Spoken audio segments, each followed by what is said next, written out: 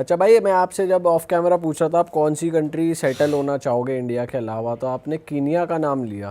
तो मैं बहुत शॉक हो गया भाई, ऐसा क्या कीनिया, है? सेंट्रल एशिया, ठीक है। सेंट्रल एशिया में आपका कजाकिस्तान, उज्बेकिस्तान, ये सब बताइए रहने के पर लिए। कीनिया के बारे में बताओ, आपको इतना अच्छा क्यों लगता है? लोगों को क्यों जाना चाहिए घूमने वहाँ पे? हॉस्पिटेबल लोग हैं बहुत, ठीक है। और भाई मेरा ऐसा है ना, क्राइम नहीं है वहाँ पे? क्राइम तो भाई मैं शॉर्ट टाइम रहा हूँ, ऑब्वियसली अभी मैं मूव ऑन करने का सोचूंगा, मैं मूव इन करने का सोचूंगा, तब तो भाई पूरा डीप रिसर्च करके जाऊंगा क्या है। पर ये है कि मतलब वहाँ पे एक रेस्पेक्ट है।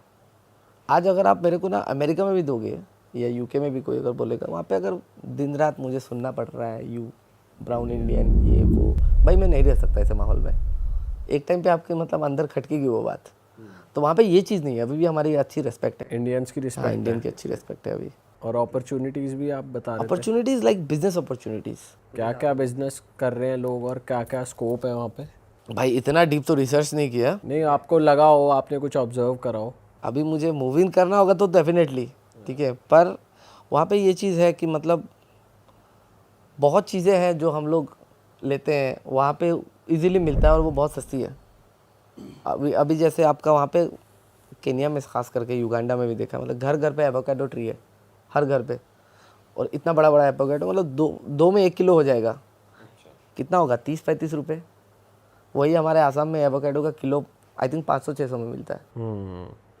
फिर आपका और भी देख लो, ईरान में गया था, ईरान में पेट्रोल का प्राइस 3 रुपये है लीटर। आप टैक्सी करोगे, टैक्सी आपको इतनी सस्ती पड़ेगी, मतलब 10 किलोमीटर वो तो चले पैसे भी नहीं लेते शायद इंडियन से। बहुत लोगों ने ये बोला कि आप खाने का भी टाइम नहीं, हम लोग आपका फिल्म देखते हैं, नहीं नहीं हमको, बहुत लोग इंडिया गए भी हैं, मुंबई वगैरह। तो भाई मैं लगता है यार एटलीस्ट कुछ तो पे करने दे कि मैं जस्टिफाई करूँ। सही बात है। हाँ, तू अगर 100 का चीज़ खिला रहा है, तेरा एक तो कॉस्ट है ना, वही ले ले तू, ठीक है। बहुत कोई तो भाई नहीं लेता है, ठीक है। फिर अफगानिस्तान के लोग, ये लोग भी मतलब बहुत प्यारे होते हैं, इंडियंस को बहुत रिस्पेक्ट करते हैं।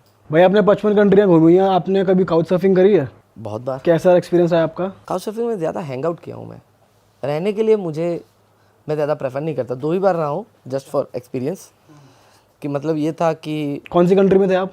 एक जॉर्डन में किया था, मतलब रहने का, क्योंकि उसमें घर का पूरा एक्सप्लेनेशन डिटेल में दिया हुआ था। प्राइवेट रूम है, बैल्कनी है, तो आपको लगा चलो सेफ है? सेफ है। अगर भाई मैं पहुंच गया और बोल रहा है कि हाँ ये काउच में आपको रहना है, अब भाई 10 बज गए, अभी मैं क्या करूं ऐसा, या घर का हालत बहुत ख़राब है, तो मैं रेफरेंस देखा। और लड़कों को तो मिलना भी मुश्किल होता है। बहुत टाइम पे ओनर्स कैसे निकले वो भी एक रिस्क है कि ओनर्स हाँ ये, हाँ इसीलिए रेफरेंस देखता हूँ भाई, बिना रेफरेंस के तो। कभी सुना आपने किसी फ्रेंड के साथ कुछ हुआ हो? मैंने तो ऐसा नहीं सुना है लकीली, पर ऐसे होते हैं, ये है। और दूसरा नॉर्मली ये है कि ऐसे गाय आपको होस्ट मिलना मुश्किल है। और कौन सी कंट्री में आपने किया था? 2 जगह किया था आप बता रहे थे। और एक ईरान। ईरान में आप खाली अपना वो अपडेट पहले दे दोगे ना कि नेक्स्ट मंथ आप जा रहे हो, आपको ऑलरेडी ऑटोमेटिकली इनवाइट आ जाएगा, हमारे साथ रहिए, फैमिली के, मतलब मेहमान नवाजी में बहुत आगे, बहुत अच्छी करते हैं। बहुत अच्छी है, बहुत अच्छी है, मतलब खाना वाना। भाई लड़कियां कौन सी कंट्री की सबसे ज़्यादा खूबसूरत है, ब्यूटी? भाई मरवाओगे तो भाई ये ठीक तो है, ऑब्जर्व मैं सिर्फ करता ही अपना है ऑब्जर्वेशन इंसान। के बेसिस हाँ। पे बता रहा हूँ। ईरान होगी, ईरान नंबर 1? नहीं नंबर 1 तो मैं नहीं बता सकता भाई, मैं सिर्फ नहीं बता सकता हूँ। ईरान, आर्मेनिया, कजाकिस्तान और यूक्रेन गया नहीं, ऊपर यूक्रेनियन से मिला हूँ मैं बहुत। यूक्रेनियंस बहुत सुंदर होते हैं लड़कियों में। ज़्यादा फ्रेंडली कौन होते हैं इन सब में?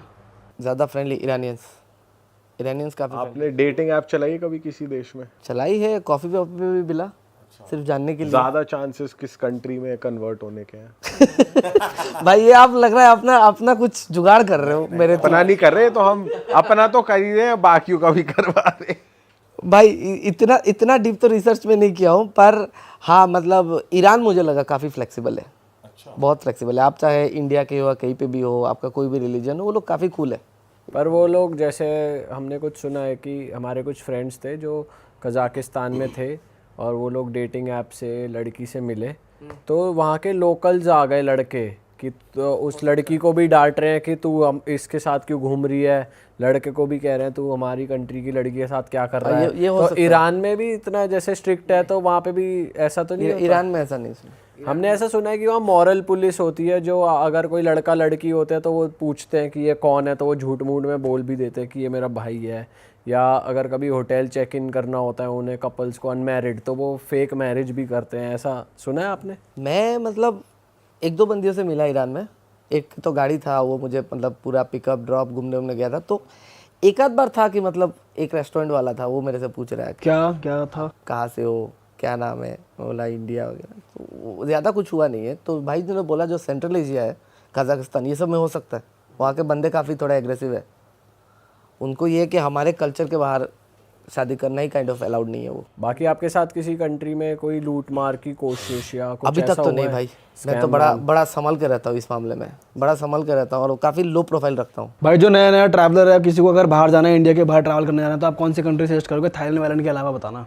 ऑफ बीट कंट्री बताओ कोई, जहाँ ज़्यादा लोग नहीं जाते पर वो सुंदर बहुत है, जाना चाहिए सबको एक बार। भाई फर्स्ट टाइम के लिए फर्स्ट टाइम नहीं पर वैसे भी आजकल तो घूमने के श्रीलंका लिए। बहुत जा रहे हैं। आप गए हो? मैं तो भाई बेंगलोर में रहा था 4 साल, थोड़ा साउथ इंडियन वाइब है। कैसा, मतलब आप उस साइड गए जो बीचेस वाली साइड है, पार्टी वाली साइड है, उस कैंडी टाइम पे बीच? नहीं, तो 2017 में था, उस टाइम पे पार्टी वाला सीन तो अभी रिसेंट हाँ अभी स्टार्ट हुआ है। अभी रिसेंटली श्रीलंका काफी वाइल्ड हो गई है, मैं भी सुना हूँ। मैं उस टाइम पे गया था, साउथ ऑफ श्रीलंका बहुत लेट हो गया, बहुत पार्टीज उधर। मैं लिया था वहाँ पे एक ट्रेन है, कैंडी से एल्ला का एक ट्रेन होता है, वो बहुत फेमस है।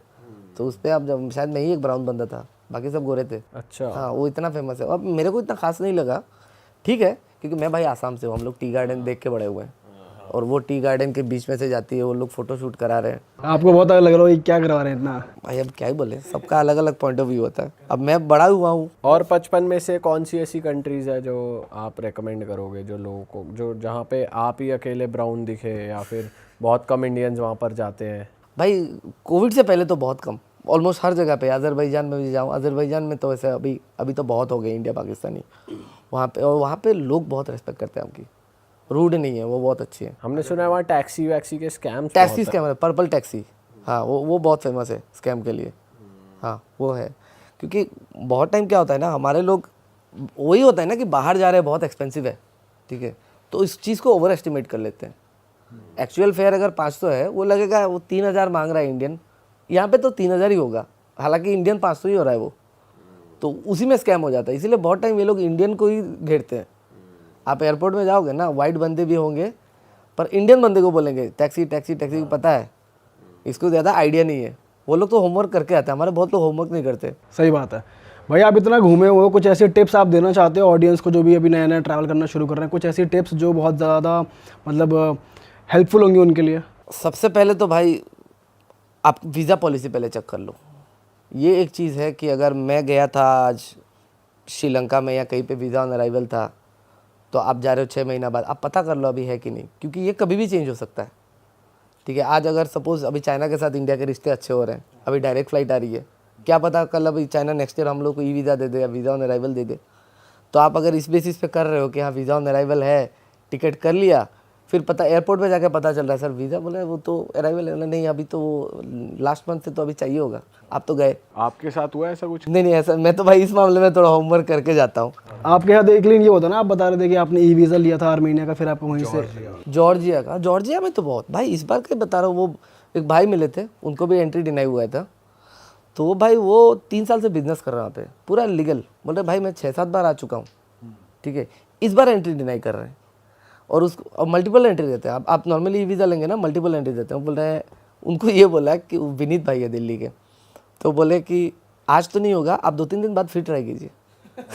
ये पता नहीं और क्या 7 लॉजिक बार है। जा चुके हैं वो already। हाँ, क्योंकि वो बिजनेस कर रहे हैं ना, उनका आना जाना लगा है। फिर तो नहीं करना चाहिए। भाई अनप्रेडिक्टेबल है, स्टूडेंट्स लोगों को डिनाई कर रहे हैं। रीजन कुछ नहीं देते, ये बस बोलते जाओ। पहले तो आपका ये होता है ना कि आपको ढूंढेंगे कुछ, आपके पास ट्रैवल इंश्योरेंस है कि नहीं, ये कि नहीं, तो बहुत टाइम आपको ऑब्वियस हो जाता है कि ये कुछ ढूंढ रहा है, एक चीज़ मिल जाए, अच्छा एकोमोडेशन नहीं है, ट्रैवल इंश्योरेंस नहीं है, फिर तो नहीं होगा।